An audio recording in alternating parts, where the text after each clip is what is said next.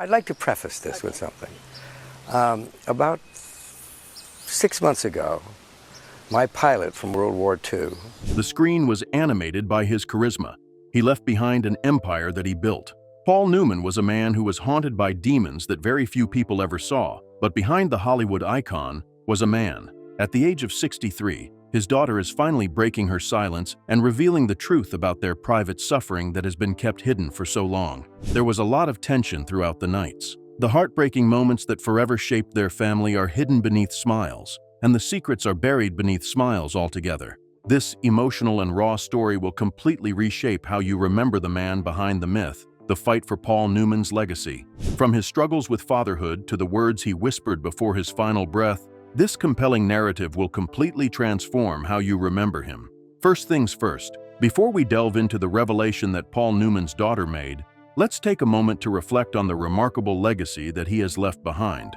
Not only was Paul Newman a Hollywood legend, but he was also a nominee for the Academy Award 8 times and a winner of 3 Academy Awards. Above all else, he was a devoted family man. He was also a successful businessman, a race car driver, and a philanthropist. Because of his striking blue eyes and rugged charm, he became a prominent figure in the world of acting. However, it was his compassionate heart and sense of justice that ensured his legacy would live on long after he passed away in 2008. Newman poured his heart and soul into everything he did, from starring in classic films such as Cool Hand Luke, Butch Cassidy, and The Sundance Kid, and The Color of Money, to co-founding the cherished food empire known as Newman's Own. However, what started out as an adventure to discover the roots of the family took a dramatic turn after his passing. When Newman's Own was established in 1993 with the help of his daughter Nell, it was not only about providing wholesome organic foods. Giving something back was the focus. Every single penny of profit was given to charitable organizations, which was an idea that Paul held in the highest regard. Nell, his eldest daughter, was instrumental in the development of the organic food movement and was a co-founder of our company, Newman's Own Organics. She was the driving force behind the introduction of organic pretzels and fig Newtons, which helped bring healthy food into mainstream markets. She was based in Santa Cruz, California. Because of her charisma and her passion, which were similar to those of her father, she became a symbol of the brand. On the other hand, something altered in the year 2015. It was suddenly removed from the label that her image, which had previously been displayed alongside that of her father, in a pose that was reminiscent of American Gothic. Shortly after that, it appeared as though Nell had completely vanished from the company. In the case of a family that is so closely connected to the mission of the brand, this move was perplexing. Above the surface, tensions were rising to a boiling point. In the event that Paul passed away, he had entrusted the management of his estate to his close advisor Robert Forrester and his business manager Brian Murphy. Additionally, Paul's daughters had the option of selecting a third executor for the estate. However, this decision broke the family apart rather than bringing them together around the principles that their father held dear. Another one of Paul's daughters, Susan Kendall Newman, expressed her profound concern in an interview with Vanity Fair. She stated that there is not a single living Newman who respects or has faith in Robert Forrester. It was control that was at the center of the problem. The family believed that Forrester had mismanaged the estate, which was worth $600 million, and that he had distanced the company from the principles that Paul promoted. The accusations that were made against him included making extravagant choices and betraying the spirit of Newman's Own. On the other hand, the family's options were limited. It was impossible for them to legally challenge the terms of Paul's will because the will contained a strict no-contest clause. This prevented them from losing their rights to any inheritance. In 2019, Forrester was eventually removed from his position as a result of allegations of inappropriate behavior by female employees. However, the Newman family's trust had already been damaged due to the allegations. A photo book with the title "Head Over Heels" was the method that Melissa Newman, Paul's youngest daughter, decided to use in order to preserve the memory of her parents in a more subdued manner. In it, she revealed moments of her parents that had never been seen before, moments that were away from the spotlight. Fishing, cooking, and tender gestures between two people who truly loved each other are examples of simple joys that can be shared between two people. Melissa recalled how her father would gently pinch her mother's waist as he passed by, or how the spark that existed between them would never fade away despite the fact that they had been married for 50 years. When compared to the turmoil that ensued in the business world after his passing, these moments stood in stark contrast. Not only were the Newman children fighting for control, but they were also fighting for the very essence of their father's legacy. On the other hand, what is the history of the individual who established such a powerful legacy?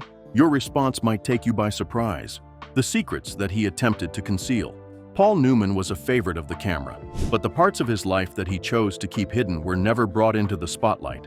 A long time after the curtain had fallen on his public triumphs, it was his daughter who would open the door to the past, revealing a side of her father that very few people had ever imagined. Hidden beneath the charisma was a man who was burdened by personal guilt, a family that was in disarray, and a haunting truth that he only dared to speak about as his life was coming to an end. These pieces, which included his drinking, the tragedy of his son's overdose, and a final confession made on his deathbed, significantly altered everything that was previously believed to be true about him. His birth took place on January 26, 1925 in Cleveland Heights, Ohio, and Paul Leonard Newman was born there. His ancestry was deeply rooted in a variety of different cultures. Arthur Newman, his father, was Jewish and stemmed from a family of immigrants who had originated in Hungary and Poland. Teresa, his mother, was of Slovak descent through her family. Paul was never lacking for material comfort because his family owned and operated a prosperous sporting goods store in Shaker Heights, which is a suburb considered to be of the upper class. On the other hand, comfort did not protect him from prejudice. It was common for anti-Semitism to be prevalent in the neighborhood, which was predominantly Christian. ADD relevant clip here. Not being allowed to join a high school fraternity due to the fact that his father was a religious person was a painful experience that he carried with him throughout his life.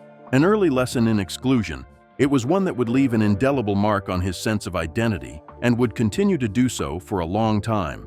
Paul's childhood was not devoid of creative endeavors, despite the conflicts that he experienced. In the school play that he participated in when he was 7 years old, he started out playing the role of Robin Hood. Having his first taste of acting at such a young age ignited something deep within him. It was just a happy escape at the time. It wasn't a career yet. Later on, he became a member of the Children's Theater at the Cleveland Playhouse, where he staged plays such as St. George and the Dragon. It was during these performances that his passion for storytelling began to develop. Paul enrolled at Kenyon College in 1943, shortly after completing his high school education, with the intention of majoring in economics. However, his path was disrupted by war, just like the paths of many other young men during his time. Later on in the same year, he joined the United States military, Navy, with the intention of becoming a pilot. Those aspirations were grounded in reality when he was found to be colorblind during a routine eye test. Rather than that, he received training to become a radio man and a rear gunner for torpedo bombers. During the year 1945, he was making preparations to join the Pacific battlefront while stationed in Hawaii. In preparation for the Okinawa campaign, his unit was supposed to embark on the USS Bunker Hill voyage. However, at the very last second, his pilot was unable to fly because he had an ear infection. There was a holdup with the crew. When the kamikaze pilots attacked the Bunker Hill a few days later, they killed hundreds of people, including many members of Paul's unit. The ear infection had prevented him from passing away. The experience was a close call with death that he would never forget. Medals of service, including the American Area Campaign Medal and the Second World War Victory Medal, were in his possession when he concluded his time in the Navy. However, the most important thing that he realized was that life was fragile and unpredictable after he underwent a profound shift in perspective. A second opportunity had been presented to him. Paul's interest in economics began to wane when he returned to Kenyon College because he found himself drawn back to the stage. It was in the front page, Charlie's Aunt, and the Taming of the Shrew that he demonstrated his talent as a member of the drama club. His portrayal of a man in disguise in the play Charlie's Aunt brought laughter to a campus that was still reeling from the effects of a tragic event. Through the creation of a satirical musical about college life, which he also wrote and directed, he demonstrated not only his talent, but also his potential as a storyteller. In spite of this, darker struggles were quietly taking hold of him even as his star rose in public. The making of a legend. Although his brush with death during the war may have altered his perspective, it was the stage that provided him with a reason to live his life with a sense of purpose. Although he frequently struggled in his academic pursuits, acting was the activity in which he felt the most alive. Following his graduation from Kenyon College in 1949, Paul Newman's life took a diversion that was completely unexpected. Following the passing of his father a year later, the burden of responsibility was placed squarely on his shoulders once again. The Newman Stern sporting goods store in Cleveland, which had been extremely successful since 1915 and was considered to be one of the most prominent businesses in the city, was taken over by him. However, Paul did not feel any connection to it. As he continued to drift further into a life that he did not want, he managed the shop for a period of 18 long months. In later years, he would come to the realization that he was not assuming the role of a businessman. He endeavored to escape from it. In 1951, Paul made a courageous choice because he was no longer interested in working in retail. On his way to the Yale School of Drama, he packed his belongings and left Cleveland. Due to his conviction that he lacked the natural talent required for acting, he initially intended to pursue a career in directing. However, something came about. After a year of attending Yale, it became impossible to ignore the pull towards superior performance. He relocated to New York City and started his acting training at the renowned Actors Studio, where he was instructed by Lee Strasberg. There, he gained the knowledge and skills necessary to perform the method acting techniques that would give his future characters a beating heart. In 1953, he was given his first real break when he was cast in the role of Picnic, a play written by William Inge and performed on Broadway. Despite the fact that he had his sights set on the lead role, Hal Carter, director Joshua Logan, had a different opinion of him. Rather than that, Newman was cast in the role of Alan Seymour, which was a smaller part, but it was one that put him in front of more people every night in theaters. Although it lasted for almost 4 years, the show was a huge success. While it was not the role he had envisioned himself playing, it was sufficient to open doors for him. Along with the subsequent roles came the recognition that came with them. It was in 1958 when he was cast alongside Elizabeth Taylor in the film Cat on a Hot Tin Roof. His performance was marked by a quiet pain that was hidden beneath a professionally polished surface. There was more to the audience than just a handsome face.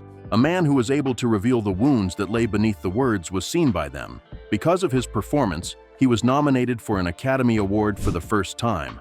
Although the film did not win, it catapulted him to the forefront of Hollywood's most talented individuals. Within a short period of time, his piercing blue eyes, which were accentuated by the use of color film, became a part of his legend and were discussed almost as much as his acting. By the early 1960s, Paul Newman had graduated from the status of a rising star to that of a formidable force in the film industry. In the film The Hustler, which was released in 1961, he played the role of Eddie Felson, a dedicated pool hustler who had a cocky edge and a broken heart. Felson was transformed into one of the most memorable anti-heroes in the history of film, thanks to Newman's ability to portray both arrogance and fragility in equal measure. In total, the film was nominated for 9 Academy Awards, with Newman receiving one of those nominations. After 2 years, in 1963, he once again stunned audiences with his performance in HUD. At this time, he played the role of Hud Bannon, a rancher who is self-centered and morally deficient. Hud was a new kind of Western figure. He was reckless and empty, and he was much different from the traditional cowboy. The movie was nominated for another Oscar and won 3 of them, including one for Newman. For the film Cool Hand Luke, which was released in 1967, Paul Newman gave one of the most memorable performances of his career. Newman embodied the concept of quiet rebellion thanks to his portrayal of Luke Jackson, a defiant prisoner who refused to be broken. When he smiled defiantly, it became an unforgettable moment. Pop culture would be influenced by a single line from the movie, which was spoken by a security guard. I reminded myself that was quite a privilege, and imagine. What we have here is a failure to communicate with one another. By the late 1960s, his blue eyes had become a well-known phenomenon.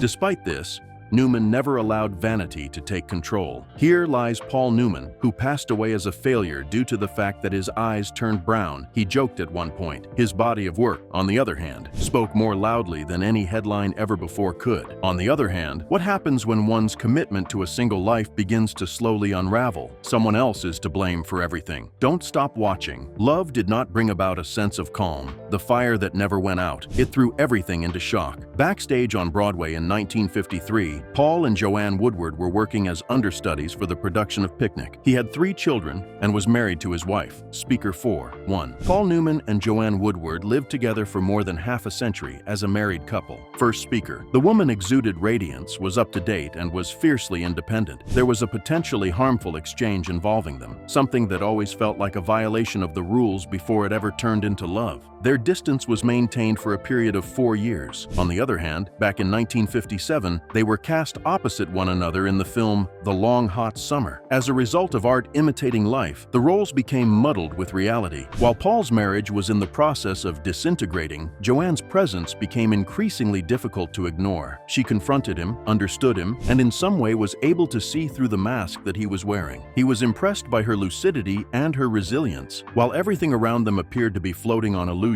she managed to keep her feet firmly planted on the ground. Nevertheless, he had to abandon his house in order to choose her. When he made that choice, it would follow him around for the rest of his life. Following the conclusion of the divorce proceedings in 1958, Paul chose to wed Joanne in a private ceremony in Las Vegas. During their honeymoon, they fled to England in the hopes of evading the looks and rumors of betrayal that were being directed towards them. However, the feeling of guilt is not a predetermined emotion. He was followed by it. Paul never refuted the fact that he had caused harm to others, particularly his own children. The damage was irreparable, and he was unable to adequately explain it to them. Remorse lingered even in the glow of a fresh start, casting shadows over happy moments with thoughts of what might have been the case. According to Hollywood standards, their marriage lasted for half a century, which is an eternity. They brought up 3 daughters and established a life well away from the flashbulbs that were prevalent in Connecticut. Despite this, there were imperfections in the marriage. The pull of fame was strong for Paul, and alcohol frequently drew him further away from it. There were rumors that he was emotionally distant, that he was withdrawing inward, that he was haunted by mistakes, and that he was unable to fully articulate his disappointment. However, Joanne remained. She loved the flawed man who was hiding behind the polished actor, not because it was simple, but because she loved him. She was aware of the burden he carried, but she continued to love him. One time, he made a joke about why people would go out to eat hamburgers when they had steak at home. This was his way of protecting their relationship from speculation from the outside world, despite the fact that it sounded like a joke. His wife Joanne was more than just a wife. She served as his mooring. The moment chaos came knocking, she provided him with a sense of equilibrium. She listened through his silences, and she saw the pain that was hiding behind his famous smile. Even with such profound love, however, they were not able to avoid a tragic event. In the year 1978, their world was shattered. Scott Newman, Paul's only son from his first marriage, passed away at the young age of 28 as a result of an overdose on drugs. According to the tabloids, it was yet another Hollywood tragedy. However, Paul experienced it as a form of judgment, as a form of retribution for his shortcomings as a parent. Despite the fact that he had played a large number of fathers on screen, he had not been present in real life. Obscured by the expectations of the public and one's career, it was a private, heavy, and almost wordless expression of his grief, but he didn't talk about it very often, including Joanne, not even. Nevertheless, he took action. In a matter of months, he established the Scott Newman Center, which provides education to young people about substance abuse. He offered a hushed apology to the son he was unable to save. However, doing good deeds does not solve the problem of guilt. In the past, Melissa, who is their daughter, has stated that after Scott's passing, her parents were never the same again. They did not break as a result of the pain, but it did hollow out something within them. They laid their son to rest, but the blame continued to surface. Paul continued to work. What about movies, races, and charitable giving? However, the specter of Scott's absence remained with us forever. The sound of it reverberated through the quiet corridors of their Connecticut home as he traveled with it. One of the things that could be considered the loudest was the silence that they were unable to escape. In Connecticut, there is a quiet rebuilding. Not escape was what they were looking for. It was nothing but air. Paul Newman and Joanne Woodward packed up what was left of their hearts and moved to a more secluded area of Connecticut after experiencing the anguish of losing Scott and the exhaustion of living a public life that was constantly in the spotlight. Not a single velvet rope was present. There will be no paparazzi, nothing but winding roads, towering trees, and a house that was constructed not for display but for protection. It turned out to be their reset button, the attempt that they made to put together the pieces that fame and grief had broken apart. This house was not a lavish one. This action was deliberate, the quiet haven away from the din,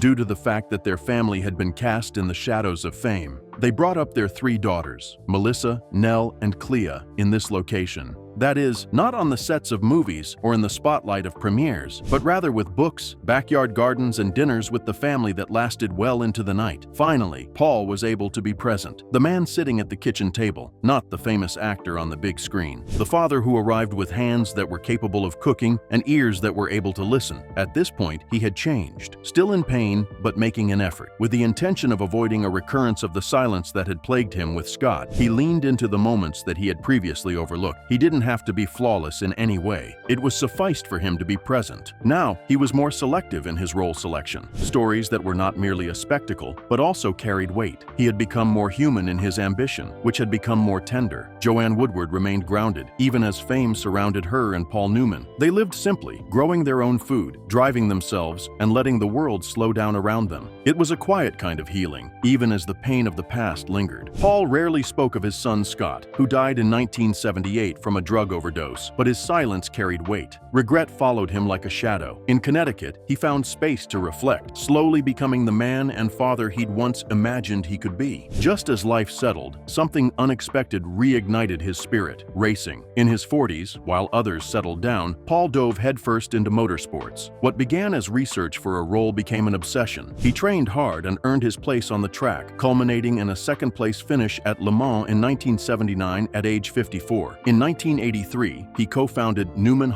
Racing, once dismissed as a vanity project, but soon respected with over 100 wins and 8 championships. Paul led quietly but powerfully, never chasing the spotlight. Off the track, his mission was deeper. It began with a simple salad dressing shared with friends. By 1982, it became Newman's own, donating all profits to charity, over $570 million by the time of his death. He also created the Serious Fun Children's Network, giving kids with serious illnesses a place to laugh, play, and heal. His belief that joy itself was medicine lives on through dozens of camps around the world. His daughter Clea continues his work, not out of duty, but out of love. Paul never wanted praise, just to do what was right. When Paul died in 2008, at home in Westport, Connecticut, Joanne held his hand. He didn't leave with fanfare, but with quiet reflection. He had spent his life hiding deep insecurities behind a charming mask, something he would later reveal in his memoir, The Extraordinary Life of an Ordinary Man. He was the blue-eyed icon known as Cool Hand Luke and Doc Hudson. But beyond the fame was a man quietly wrestling with grief, doubt, and a yearning to make a meaningful difference. Today, his legacy is not just in film or racing, but in the lives he touched and the kindness he passed on. It could have been Newman's own food company, which he co-founded in 1982 and which turned homemade salad dressing into a legacy of charitable giving. But which of these two things do you believe haunted Paul Newman more, the tragic death of his son or the feeling that fame was nothing more than a mask? Could you please share your thoughts with us?